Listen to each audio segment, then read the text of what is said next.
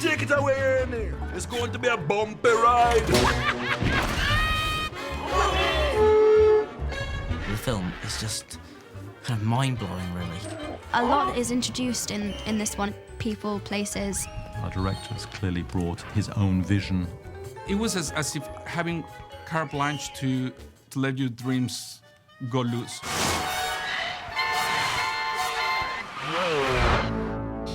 Our main thing for Gary Oldman's character was he had to look like he'd been in Azkaban.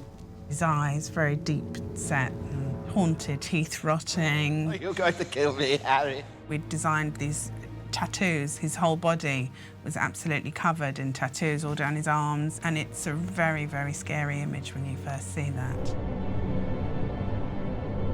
His description in the book is he has this sort of like long, kind of greasy hair, and he's got a face like a corpse when you first see him. We tried a good few looks with him before we ended up with the look we had. Harry! And we tried very, very short hair. We're over the 12 years. I'd gone grey. We tried it bearded, not bearded. It was thoroughly researched. Gary's amazing. You know, you just put it all on and the character just came. I look like I've escaped from prison, don't you think? This heart is where you truly live. This heart here.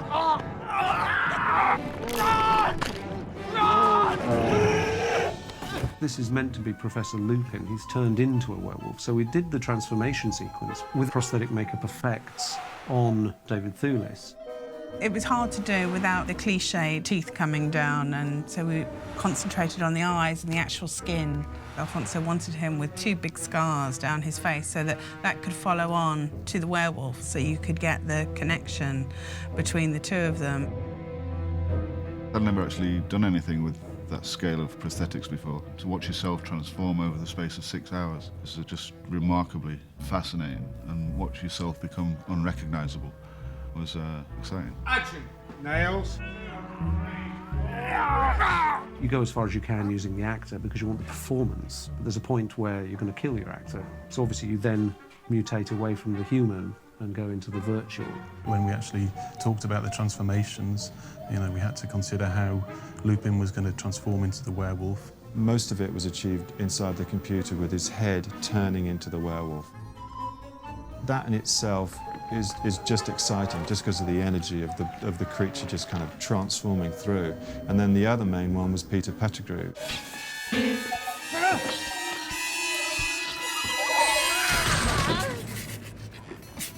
Tim Spall gave Peter Pettigrew. Pettigrew is the most rat-like character you can imagine. This was the animatronic rat. It was making the connection between, you know, Peter Pettigrew being the rat, and that to make him look as rat-like as we could. The wig, we tried to get the texture of the rat, the colour, balding pieces, scaly skin. And we had the teeth made, little pair of teeth. We wanted him, because he used his hands a lot, and we had little nails made to stick on, so they were like little claws. The wonderful thing is that as soon as you start putting the character on, any doubts you had about the way you were going to play it, you know, they come together. I've been a good friend, a good pet. You won't let them give me to the Dementors, will you? I was your rat. When we were first approached about doing the first Harry Potter, they said it's just some children. And actually, it's turned into a great deal more than just some children. Come on, move it along, move it along. Yeah, man.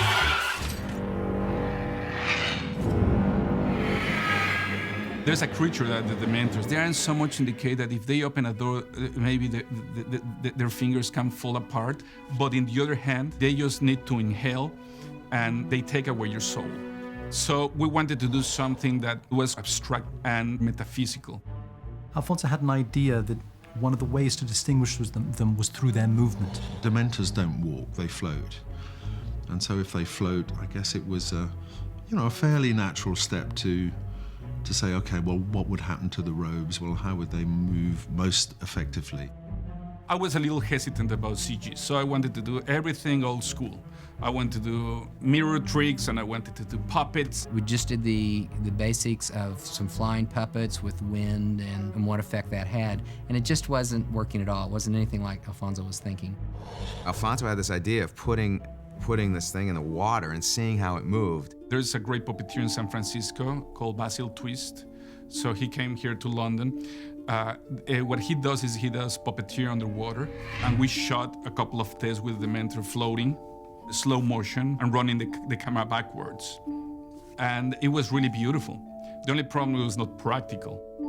We would never be able to do all of that animation within something like a tank. For what we wanted to achieve, it was just way too difficult to do.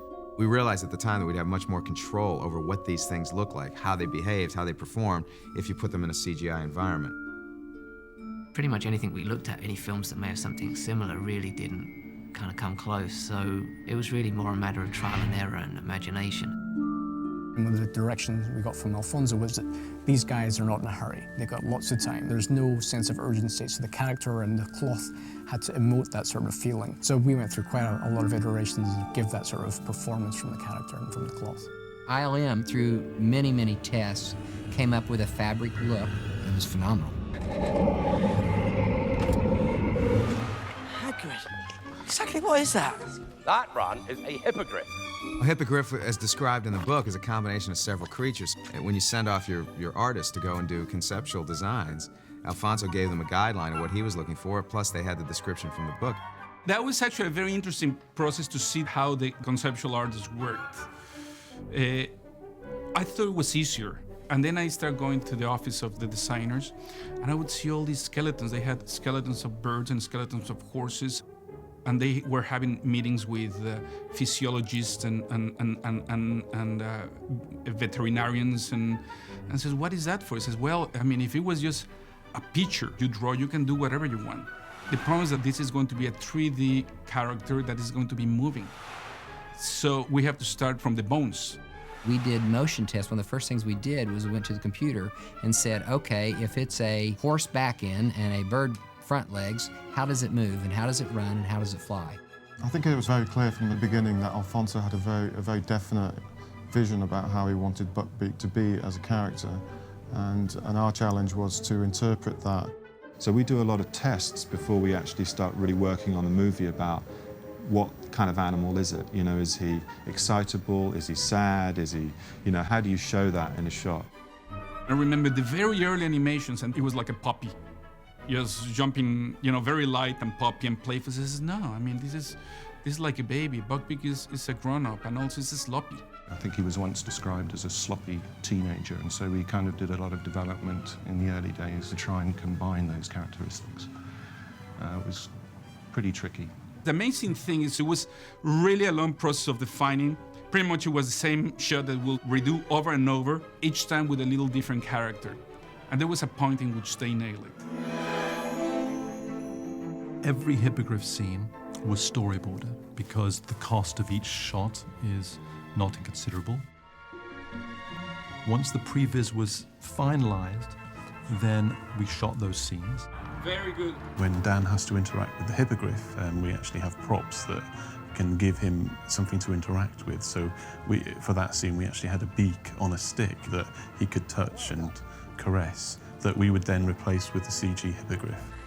Ready, and action.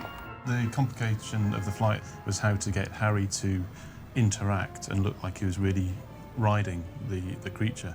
And the way we went about that was we developed a motion rig that he would ride, which would actually have the animation driving it, so that his actions would also match the actions of the animation. And then we have the moments where he's flying over the castle, which is this huge-scale model that was built and photographed at a studio. So there's all these different pieces, and part of our job is obviously to put them together in a way that makes it all believable. Then it started becoming like an automatic thing. It was about suggesting fun stuff that he could be doing. Now, you have to let him make the first move. If you watch carefully in the paddock scene, we have an animated hippogriff poop shot. I think that we can lay claim to it being the first time that a CG animal has actually done that on screen. Yeah, nearly there.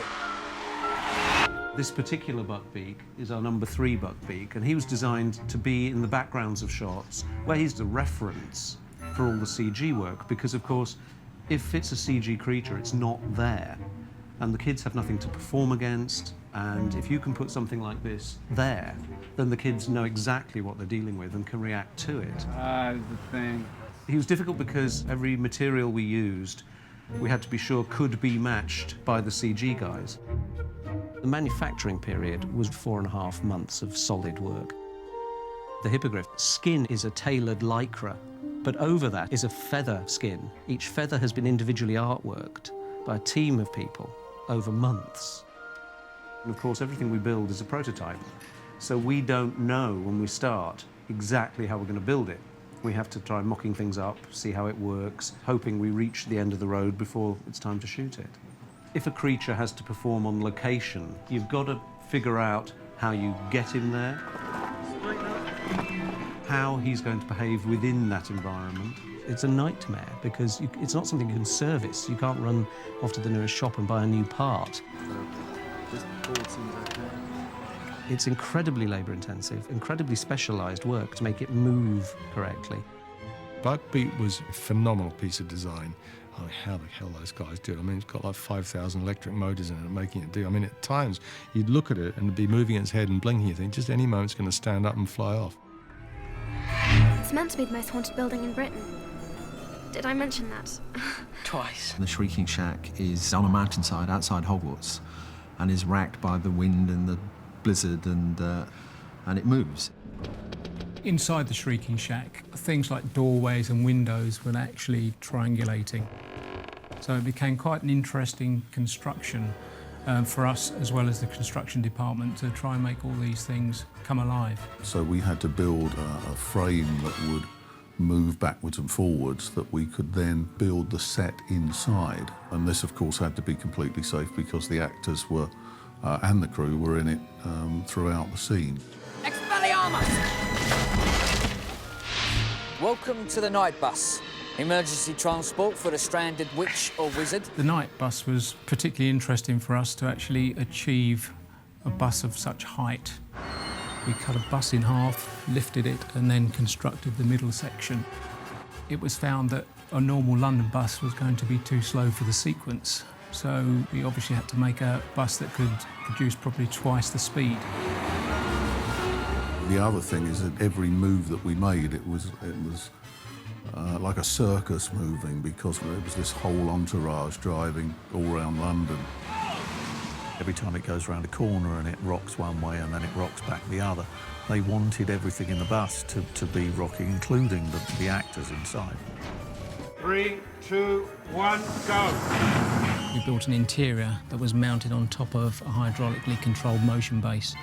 This allows us to move the bus from side to side under controlled conditions. It just allows the unit to shoot inside and get the shots that you wouldn't be able to get out in the streets. Come on, man, I have a pedicure at 2. Hurry up. I wanted Hogwarts and Scotland, where we shot, to have like a really predominant role in this film. So we would see the characters together with a very sharp and huge Hogwarts in the background, or the really dramatic landscape of Scotland.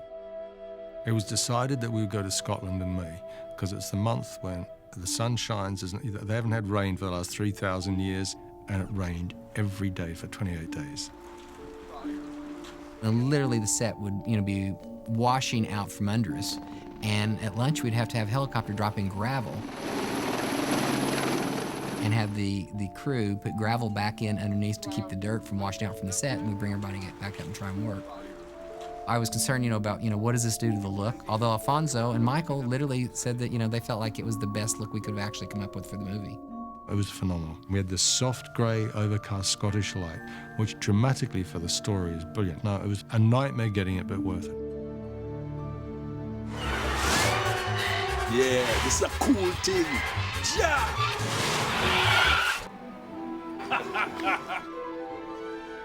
The universe of Harry Potter is a universe that was very eloquent. So I felt very comfortable to play in that universe. Each day is an adventure, and you never tire of it. It's a great world to be a part of.